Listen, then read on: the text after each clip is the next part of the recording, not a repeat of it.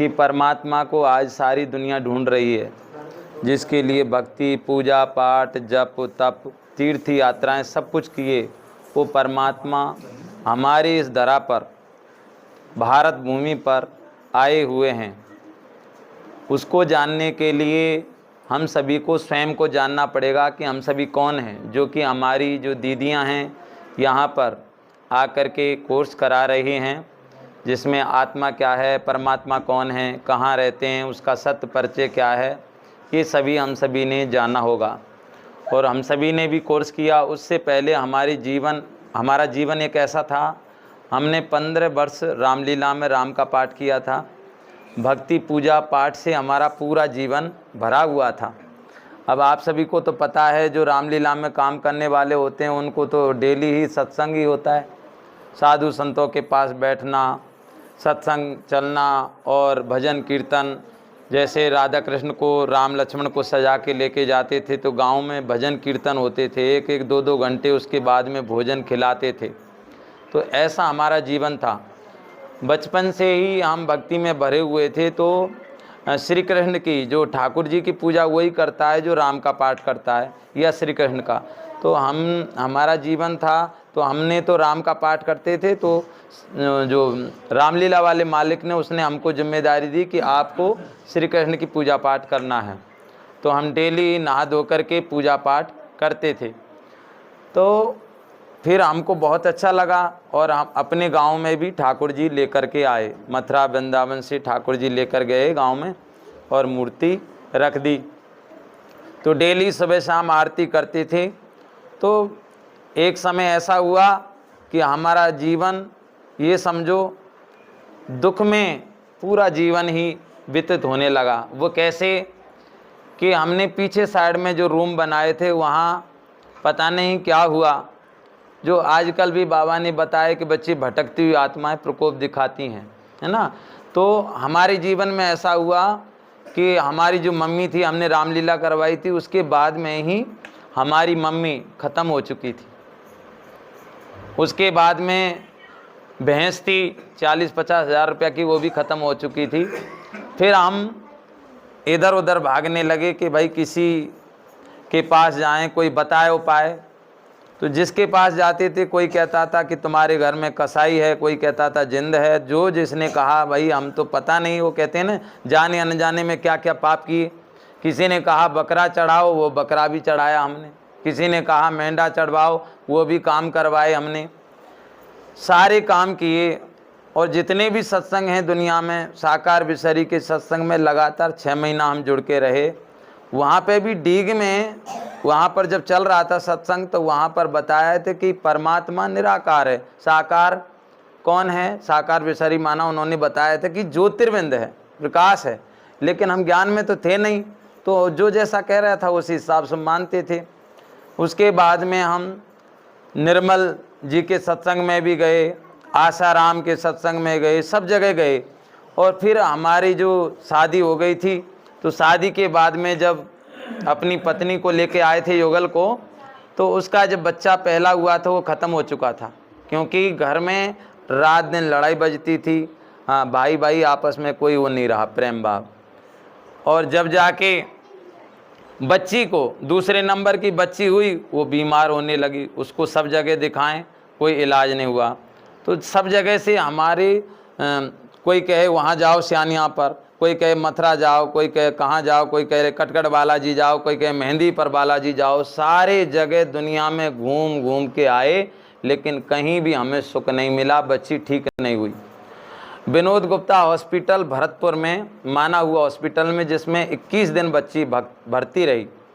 तो उसके बाद में बच्ची को दिखा के लाए। फिर उन्होंने 20-25 दिन बाद फिर बच्ची वैसी हो गई। उन्होंने कहा कि बच्ची को ब्लड चढ़ेगा, ब्लड की ज़रूरत है। हमने कहा भाई ब्लड तो चढ़वा दिया, अब दोबारा ब्लड चढ़ाना पड़ेगा। बोल नहीं तो बच्ची जा सकती है। उस बच्ची के द्वारा हम बाबा के बच्चे बने। अब हमारे पास पैसे, जो दुकान थी हमारे पास, वो दुकान के भी पैसे सब ख़त्म हो चुके थे।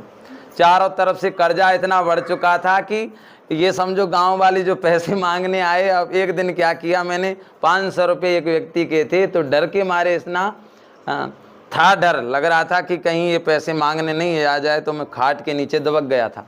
पैसे के कारण। आपको सच्ची बात बता रहे हैं, क्योंकि बाबा के यहाँ पर झूठ नहीं बोलना चाहिए।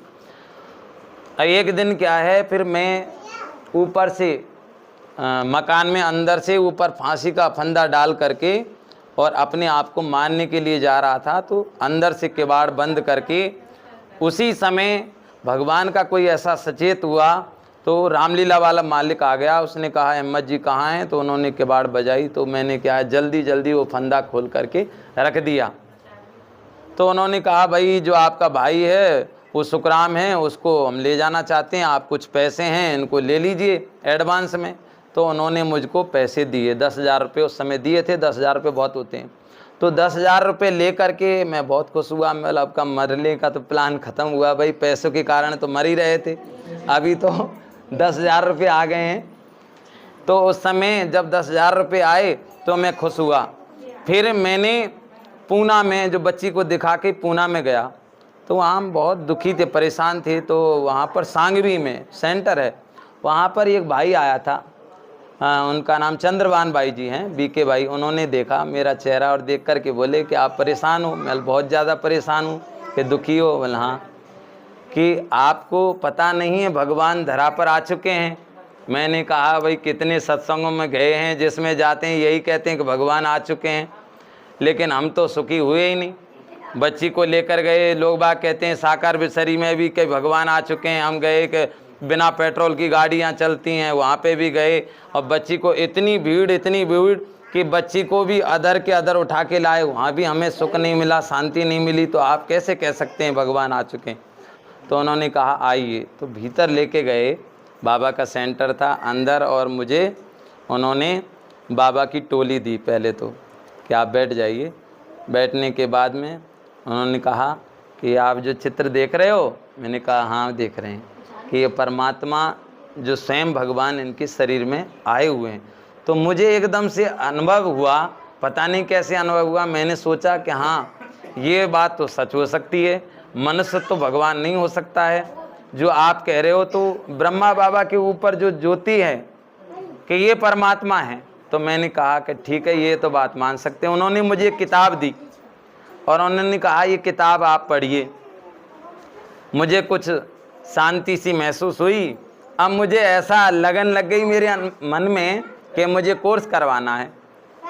तो हम कोई तो कहाँ जाते, कोई कहाँ जाते हैं, तो हम अपने गांव में आए, और गांव में आकर के हमने फ़ोन किया।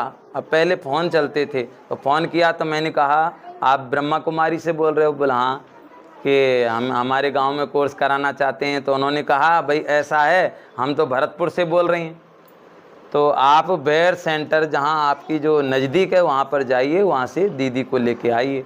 तो मैंने फ़ोन किया, दीदी ने कहा कि आप आ जाइए, हम आपके साथ चलेंगे। तो हम गए दीदी के पास।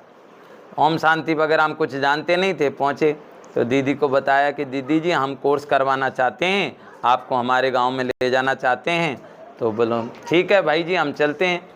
तो दीदी जी तैयार होकर के और मोटरसाइकिल पर बैठ कर के हम आने लगी। तो रास्ते में चल रहे थे, उसी समय बारिश आने लगी। अब दीदी जी ने कहा कि आज तो इंद्रदेव प्रसन्न हो रहे हैं, भगवान का ज्ञान तुम्हारे गांव में जाने वाला है, भगवान स्वयं धरा पर आए हुए हैं, इंद्रदेव प्रसन्न हो रहे हैं।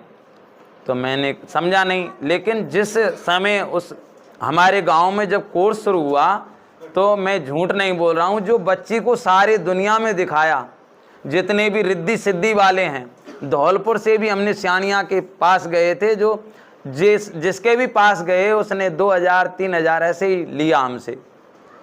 एक कोटा में गए, वहाँ पर से हमारी घड़ी तक। अब आदमी दुखी है तो सुख होने के लिए क्या नहीं कर सकता। उसने कहा इतने रुपए देने पड़ेंगे, बोल दूंगा।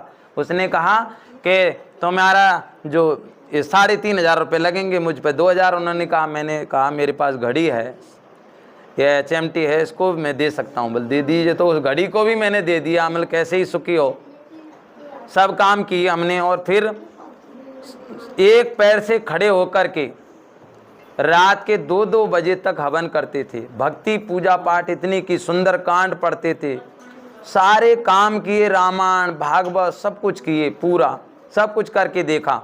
जब हमारे गांव में दीदी आई और जिस बच्ची को सब जगह दिखाया, उसी दिन कोर्स करने के बाद ही बच्ची बिल्कुल सही हो गई। और उसको बीमारी कौन सी थी?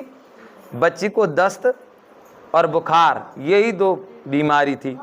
उसी दिन सही हो गया। और मंदिर भी हमने बनवाए थे घर पे।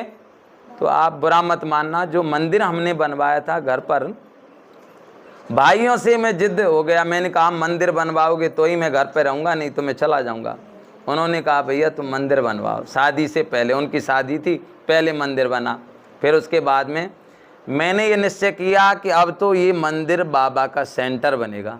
और हमने क्या किया, वो मंदिर को सारी मूर्तियाँ और बहुत बढ़िया तरीके से शीशे में जड़वाई, उसमें सब मूर्ति रखी और उसी में फिर बाबा का सेंटर शुरू कर दिया, ताकि भाई जो देवी देवता हैं उनका भी अपमान नहीं हो।